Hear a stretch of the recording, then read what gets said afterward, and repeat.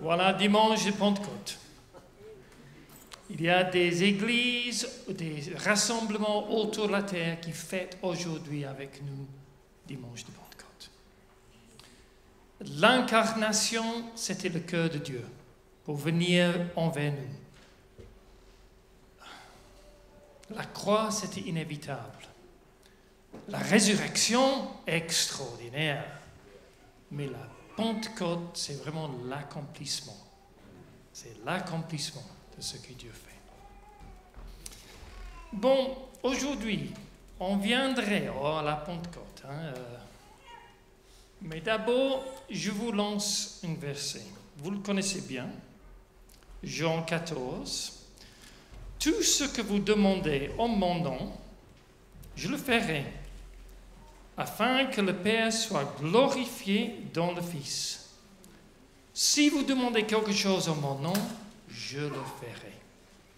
Vous connaissez ce verset, n'est-ce pas? Et vous, comme moi, vous êtes rendu compte que ça ne marche pas.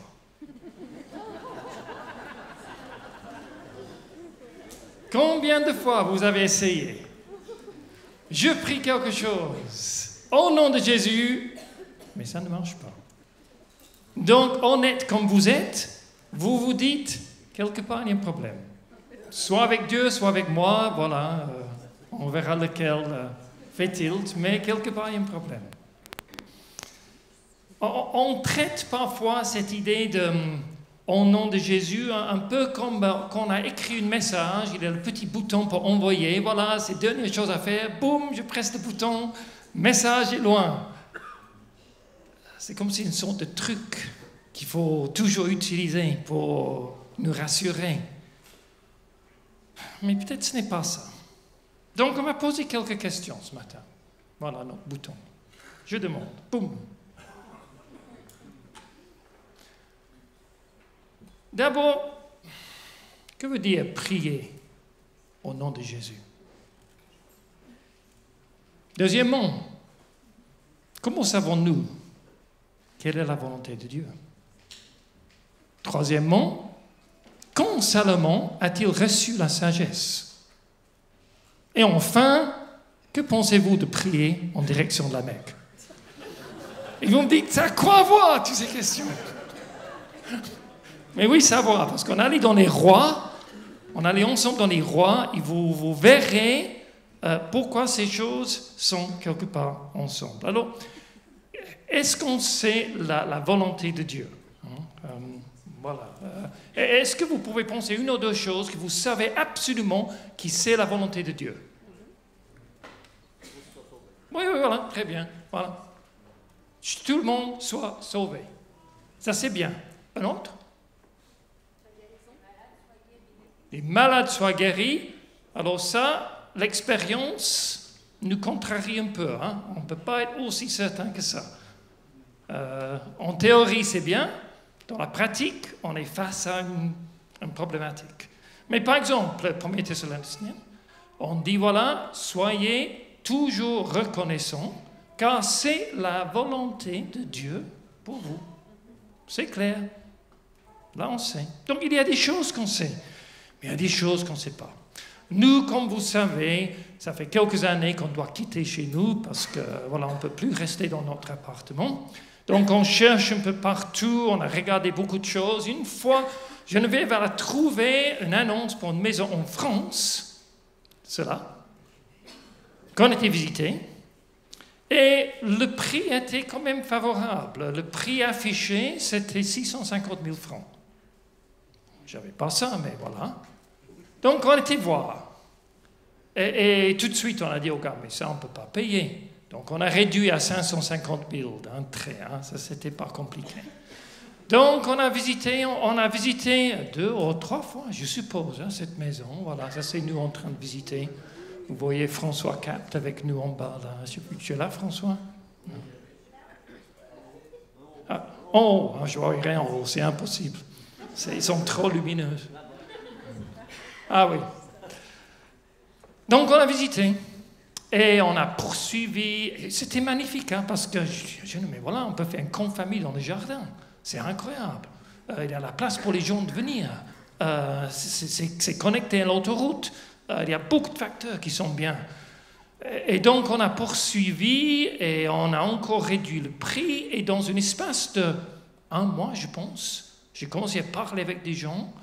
J'ai pu lever, sans l'appui d'une banque, pratiquement 400 000 francs pour l'achat de cette propriété, au niveau des prêts sans intérêt ou avec un tout petit peu d'intérêt, parce que les banques ne me veulent pas, je suis trop vieux, mon salaire me met dans le niveau des pauvres en Suisse, donc les banques, voilà. Mais voilà, on avait l'argent.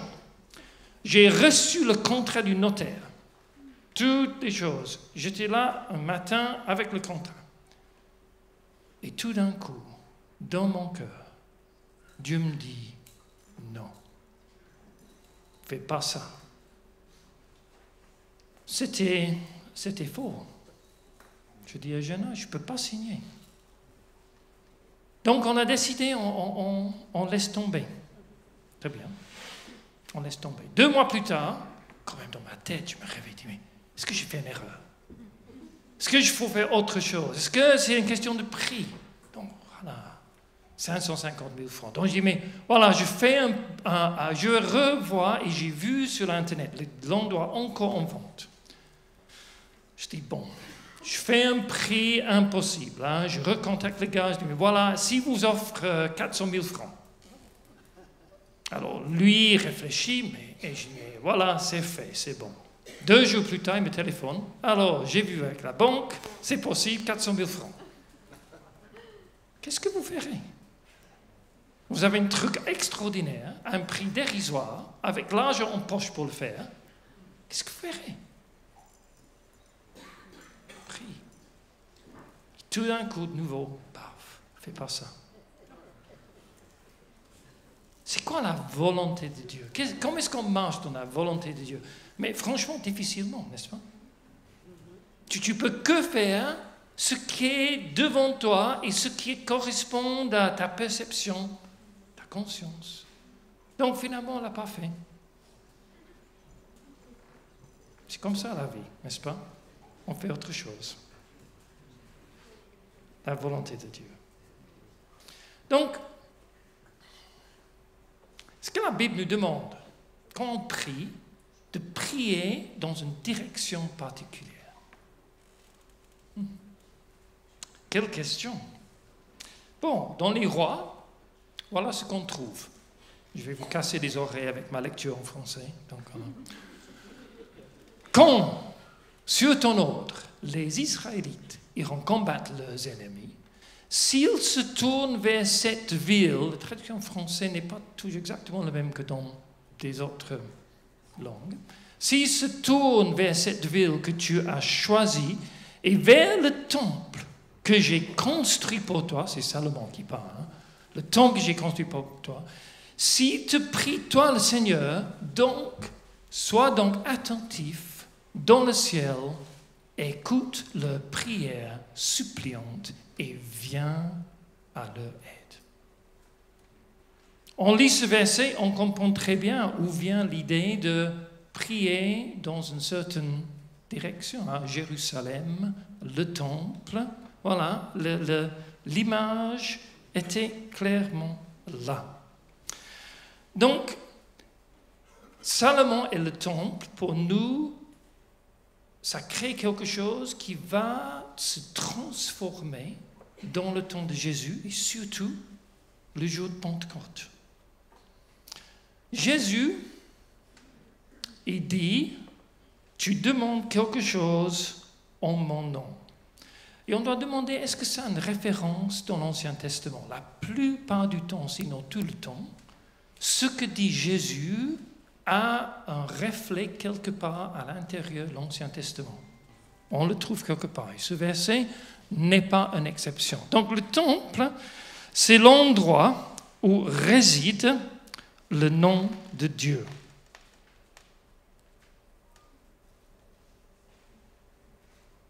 On voit ça ici dans le verset 1 Roi 8.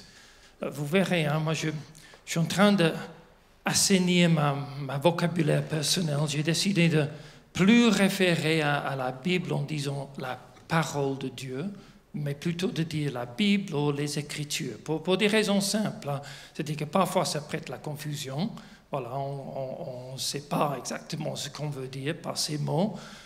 Deuxièmement, on se rend compte que chaque fois que la Bible dit parole de Dieu, ça ne réfère pas au texte, mais à autre chose.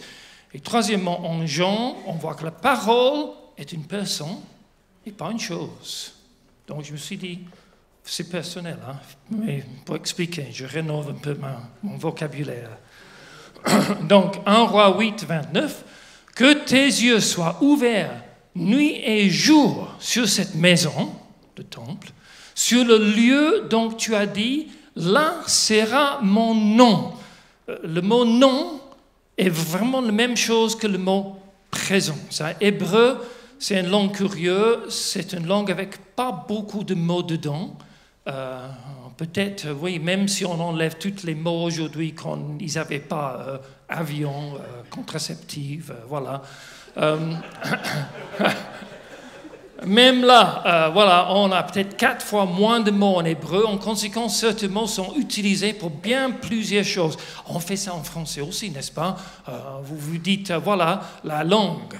Mais vous référez à ce que vous avez dans la bouche, ou de la manière que les mots vous exprimez. Voilà, et qu'est-ce que c'est que vous voulez dire? Et finalement, vous le donnez au chat, donc on est tous confus. C'est comme ça. Donc, là sera mon nom, on entend présence, entend la prière que je fais vers ce lieu. Cette idée de lieu, présence, nom, ils sont tous imbriqués ensemble. Alors, la question pour nous, c'est de dire, mais voilà, qu'est-ce qu'il voulait dire finalement, Salomon? Il pose quelque chose, et ici, on va trouver Jésus et Salomon ensemble. Il utilise les mêmes terminologies que Jésus dans ce verset qu'on a commencé avec. Et voilà ce qu'il dit, les rois. Hein. Si alors un étranger, ça c'est vous, n'est-ce pas, un étranger, quelqu'un qui ne fait pas partie d'Israël, ton peuple, vient d'un pays éloigné, par exemple la Suisse, pour te prier dans ce temple, toi, Seigneur, dans le ciel où tu habites, sois attentif et accorde-lui ce qu'il demande. C'est pas faux, ça. C'est ce que Jésus, pratiquement dans les mêmes mots, on retrouve ce même texte. Alors, à quoi est-ce que l'étranger va demander à Dieu en arrivant vers le temple en Israël? Ça, c'est la question. Il faut qu'on le comprenne. Bon, si je vous donne une réponse, peut-être vous arrivez à deviner une question. Par exemple, volontiers avec crème et sucre. C'est quoi la question? Ouais, voilà. C'est simple, hein? Bon, un peu plus dur maintenant. Voilà. Ce n'est vraiment pas grave. Voilà la question. Oui, voilà, très bien. Donc, c'est ça. Alors, avec Salomon, on entend la réponse, il faut deviner la question. Et donc, la question, on se trouve de nouveau dans les rois.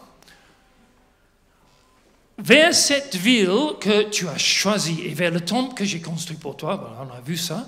Si te prie, toi alors, dans le ciel où tu habites, sois attentif, écoute leur prière, suppliant, et viens à leur aide, pardonne-leur d'avoir péché contre toi et de t'avoir désobéi.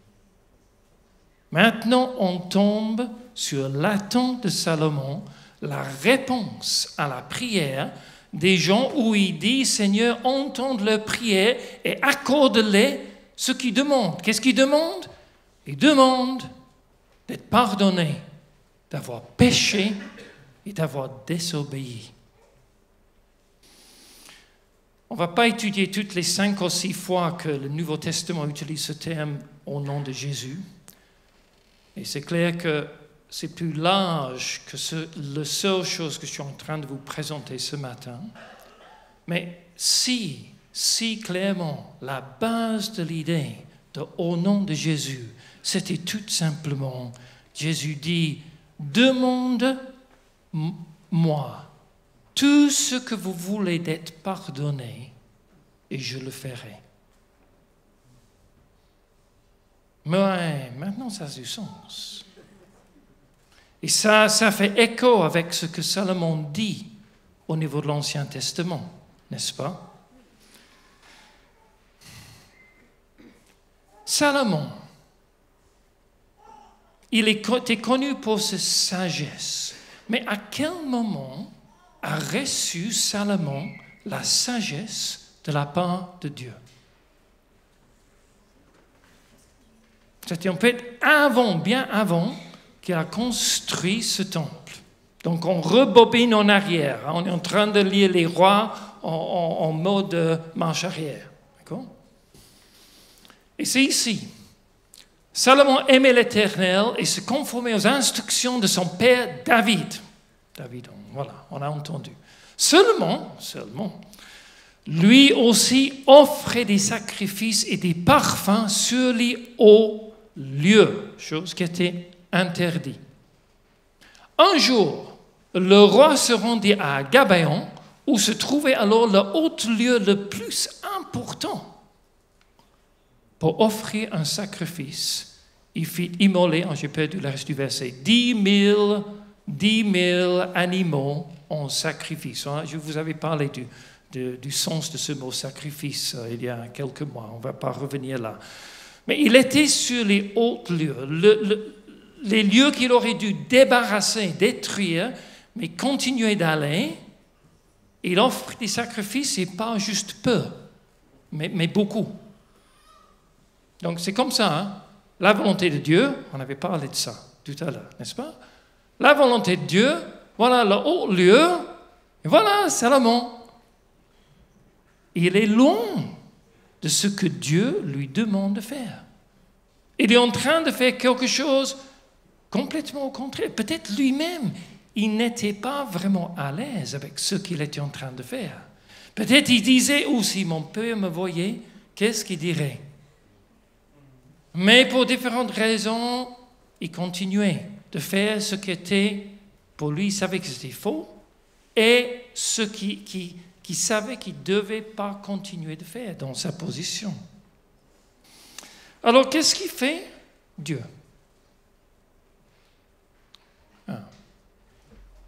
Voilà. Qu'est-ce que j'ai fait avec ce verset? Qu'est-ce qu'il fait Dieu? Non.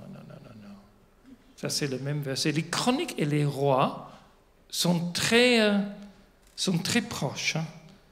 Si vous lisez les deux, vous verrez. Je n'ai pas ce verset sur mon texte, je l'ai ici.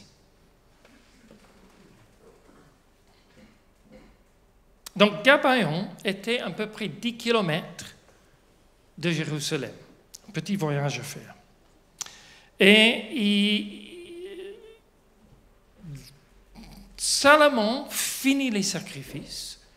Et c'est à ce moment-là, en 1er roi 3, qu'on lit le suivant. Ils se rendent à Gabaon et ils offrent les sacrifices. Pendant la nuit, juste après, pendant la nuit, l'Éternel lui apparut là en songe et lui dit, « Demande ce que tu désires et je t'accorde. » Je dis, mais c'est quand même bizarre. Salomon est en dehors de la volonté de Dieu. Il fait ce qu'il ne doit pas faire. Il est gêné certainement lui-même par ça. Dieu lui apparaît et dit, « Demande-moi ce que tu veux. » Et Salomon demande la sagesse. Parce qu'il dit, j'ai fait assez de bêtises peut-être, je ne sais pas. Et Dieu lui accorde la sagesse. Dieu ne nous rencontre pas où on attend, mais il nous rencontre dans notre positionnement difficile, où nous sommes brisés. Il nous rencontre en train de faire ce qu'on ne doit pas faire. Et on attend de lui d'être grondé, et on retrouve une main de grâce qui est étendue, qui fait abstraction de ce qui s'est passé. Il dit, mais non, continuons en avant. Le pardon est là. Ce n'est pas étonnant que Salomon, après, a compris cette idée de venir vers le temple pour être pardonné. C'était important. C'est Dieu qui nous rencontre à un moment donné dans notre marche chrétienne. Si je dis Dieu nous rencontre, c'est une image spirituelle de ce qui se passe en nous. Et on se rend compte que Dieu nous pardonne. C'est peut-être un des facteurs le plus difficile pour la plupart des personnes qui sont même croyants aujourd'hui, de vraiment dire, est-ce que Dieu me pardonne? Pour plusieurs qui habitent sur une sorte de poids de non-pardon, d'incertitude, sans avoir vraiment cette liberté de dire, mais franchement, Dieu, il arrive vers moi, il a tout fait. Je peux accepter ce pardon. C'est ça, tout ce que tu demandes. Là, ça marche. Là, c'est dans la volonté de Dieu. Et c'est exactement ce verset qu'on retrouve en 1er Chronique. Maintenant, c'est toi qui es devenu le temple. C'est ce que le 1er Corinthiens nous exprime. Tu es devenu ce temple. C'est alors mon peuple, le peuple à qui j'ai donné mon nom, s'humilie et prie, moi dans le ciel, je serai attentif, je pardonnerai le péché et je rétablirai la prospérité de leur pays. De nouveau, un verset qu'on connaît bien. Salomon qui dit, Seigneur, tu avais décidé d'habiter dans un lieu obscur, mais moi, je t'ai construit un temple majestueux où tu pourrais habiter pour toujours. Alors Salomon avait tort avec le toujours, son temple n'existe plus. Et en fait, il avait tort parce que Dieu n'habite plus là-dedans. C'est fini ça. C'est une histoire de l'Ancien Testament. Maintenant, ça change parce que toi, tu es le temple. Tu es devenu ce que Dieu veut faire aujourd'hui. Ça, c'est le jour du Pentecôte. L'Esprit Saint qui est envoyé pour envahir la vie de chacun individuellement et pour y habiter. C'est ça qu'on fait aujourd'hui. Donc, il faut qu'on parfois change un peu de notre idée des choses, n'est-ce pas? Le nom de Dieu, la présence de Dieu, ça a échappé au temple. C'est venu chez toi. Chaque fois qu'on pense qu'on doit aller à un certain endroit pour rencontrer Dieu, il faut balayer cette idée. Ce n'est plus le cas. Vous vivez dans les temps de Salomon, pas dans les temps d'aujourd'hui. Dieu vient vers nous. C'est ça le Pentecôte. Heureusement que l'on fait chaque année pour se faire souvenir. Dieu vient envers nous. Et quand tu dis maintenant, au nom de Jésus, peut-être il faut penser pardon, libération des péchés. Dieu qui envahit nos vies avec une main de grâce, une main qui pardonne. Et il fait ça dans n'importe quel endroit. Pas besoin de venir ici pour être pardonné. Dans la métro à Lausanne, ça va très bien. Au milieu du lac, ça va très bien. Chez vous, ça va très bien. L'Esprit de Dieu habite ce temple. Pas pour condamner, mais pour démontrer son pardon et de vous dire qu'est-ce que tu aimerais que je fasse pour vous. Ce qui est offert à Salomon n'est pas différent de chez nous. Alors j'aimerais qu'on passe quelques minutes dans la réalité de l'Esprit de Dieu aujourd'hui. Jean-Marc, tu es où? Tu peux me rejoindre? Ah oui, Jean-Marc, voilà, viens. Et j'aimerais juste donner quelques minutes à Jean-Marc pour quelques mots de témoignage de son vécu dernièrement en Mexique. En Mexique. Voilà, ce n'est pas que les Suisses qui sont bénis, les Mexicains aussi. Pardon. Bonjour, merci de me donner quelques minutes. C'est vrai que Je viens de vivre 18 jours assez extraordinaires où j'ai vu la gloire de Dieu se manifester. Alors on va comparer ce qui est comparable. Oron, je ne sais pas, 3-4 000 habitants avec les alentours. Mexico, c'est 33 millions, c'est 100 kilomètres, Moudon, Sion, à peu près, pas en droite ligne. La croissance de l'Église que je visite, la première fois en 2009, ils étaient 400, maintenant ils sont 7000. 7000, donc 60 personnes à plein temps, toute une équipe qui est là. Et puis Bigler, paysan, 400 conversions. 400 conversions dans 2 églises. C'est pas levez votre main, j'ai vu, je l'ai vu. C'est des gens qui sont pris en charge. Tout de suite, on s'occupe d'eux. La semaine qui suit, on va leur donner un repas formidable. Invitez les membres de vos familles, ils font un appel, il y a de nouveau des conversions.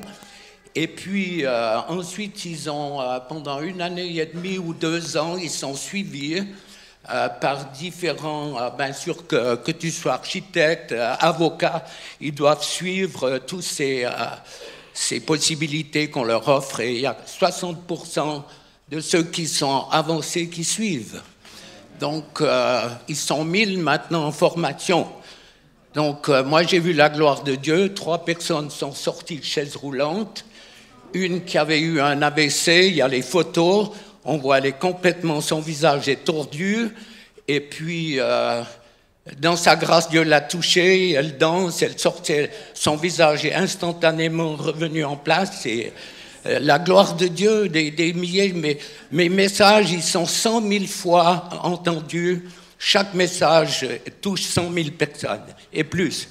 Donc, il y a beaucoup de possibilités d'être guéri, des milliers, centaines de milliers de délivrances, des guérisons. Alors, j'ai vu des personnes de l'année d'avant, un père de 40, 45 ans qui a un bébé dans les bras. Je me dis, bon, il veut que je prie pour lui. Et puis, eh ben non, il dit, voilà, on ne pouvait pas avoir d'enfant, la médecine était impuissante et tout, tu as prié, voilà les résultats. Après, quelqu'un d'autre dit, j'avais un cancer généralisé, je suis guéri. Ça n'arrête pas les miracles, Dieu a agi avec une telle puissance. Et moi, je vous encourage, c'est Pentecôte, c'est pas n'importe quoi. Jésus est mort à la croix pour qu'on soit baptisé du Saint-Esprit et pas dans le vinaigre. Parce que si tu es baptisé dans le vinaigre, ça ne veut pas aller loin. Mais la gloire et la puissance de Dieu, je l'ai côtoyé. J'ai une autre église aussi où je sais qu'ils écrivent, ils sont en train d'écrire le 29e chapitre des Actes. Les signes, 50% des personnes pour qui le pasteur prie sont guéries, ça veut dire chaises roulantes, aveugles, sourds, c'est la gloire, c'est la puissance. Leur fille, c'est un homme qui a 7, compte, lève 7 doigts. Voilà. 7. Moi, j'ai des demi, c'est pour ça. Sa fiancée est décédée, il a prié 7 heures, elle est revenue à la vie. 7 heures, il a prié, elle est revenue à la vie. Leur fille de 16 ans, qui est responsable d'un groupe de 800 jeunes, ils voient les miracles, les cancers généralisés guéris, tout ce que Dieu nous propose par rapport à la Pentecôte, ils le vivent. Et ils ont choisi, pour dire que tout n'est pas gratuit, ils ont acheté des terrains pour construire une grande église. Il a vendu sa maison, il a vendu ses voitures, le pasteur, pour donner l'exemple, et ils ont 48% déjà d'argent pour faire un grand truc. Qui d'entre nous est prêt à vendre sa résidence secondaire pour le Seigneur? Vous voyez qu'il y a une autre dimension, il y a la puissance de Dieu, la gloire, tu la sens, c'est électrique. Des convictions de péché quand moi j'ai un message qui n'a rien à voir avec le salut. Tu as 60 personnes où le pasteur dit, vous avez vu la gloire de Dieu, vous avez entendu ce que Dieu fait. Je compte jusqu'à 3. 1, 2, 3, donnez votre vie à Jésus. Tu as 50 personnes devant, ils sont à 1 mètre, tu les toucherais, convaincus de péché, il y en a qui se mettent à genoux, qui pleurent. Tout de suite derrière viennent des conseillers, des enfants pour les enfants qui ont été formés, des ados, toujours le même sexe bien sûr. Ils les tournent, tournez-vous, il les serre, il les embrasse. Dieu t'aime, Dieu a un projet, Dieu veut changer ta vie, Dieu veut te guérir, Dieu veut te sauver. Tu vois les gens qui pleurent, c'est peut-être la première fois qu'ils sont serrés dans les bras de quelqu'un ou l'amour, mais la gloire de Dieu, je l'ai touché. C'est difficile d'atterrir dans un pays religieux et légaliste, alors que tout ce que tu as dit, amen. Et croyez que Dieu est tout-puissant. Au-delà des paroles, il faut voir des actes. Je crois que quand cette Église aura un retour de toutes les paroles que vous donnez, ça va peut-être changer les choses. Parce qu'autrement, on risque de devenir incrédule. Dans la mesure où tu vois le miracle, ta foi, elle augmente et puis tu doutes plus. Pour moi, on peut me présenter un sorcier. Du reste, l'année passée, il y a une femme qui a vomi un serpent vivant. Hein? Une femme qui était obèse, une jeune femme. Son père ne l'a pas reconnue le matin. Elle avait perdu 40-50 kilos. Elle tenait ses galosses. Son père ne l'a pas reconnue.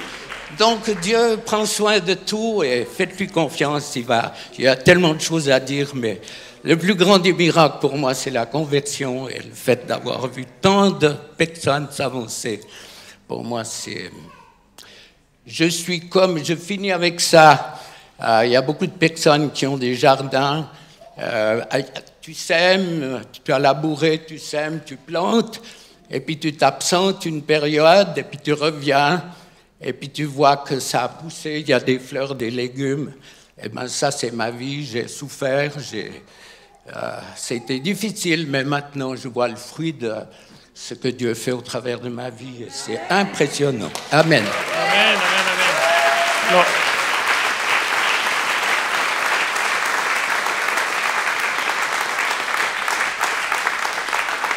merci Jean-Marc. On honore vraiment l'engagement de Jean-Marc en allant dans ces endroits. J'aimerais qu'il prie pour nous ce matin. Je trouve que ça serait bien qu'il prie que nous prenons conscience de cet esprit de Dieu qui nous habite et que voilà, le royaume de Dieu n'est pas que des paroles, mais aussi la puissance. Et qu'on puisse vraiment aller avec cette puissance ce matin. Tu pries pour nous, peut-être on se lève. Jean-Marc, prie pour nous. Seigneur, moi je sais que tu n'as pas de chouchou, je sais qu'on est un pays qui est nanti, un pays où beaucoup ont baigné dans la religion, en définitive, c'est ça.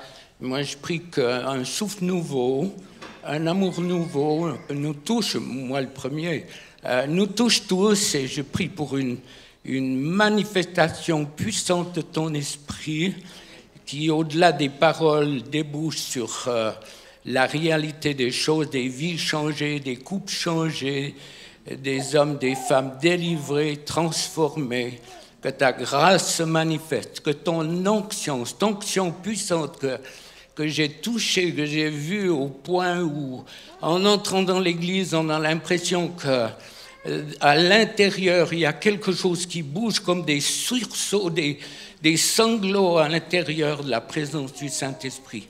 Seigneur, étends ta main et confirme ta parole par les signes et les prodiges, Seigneur.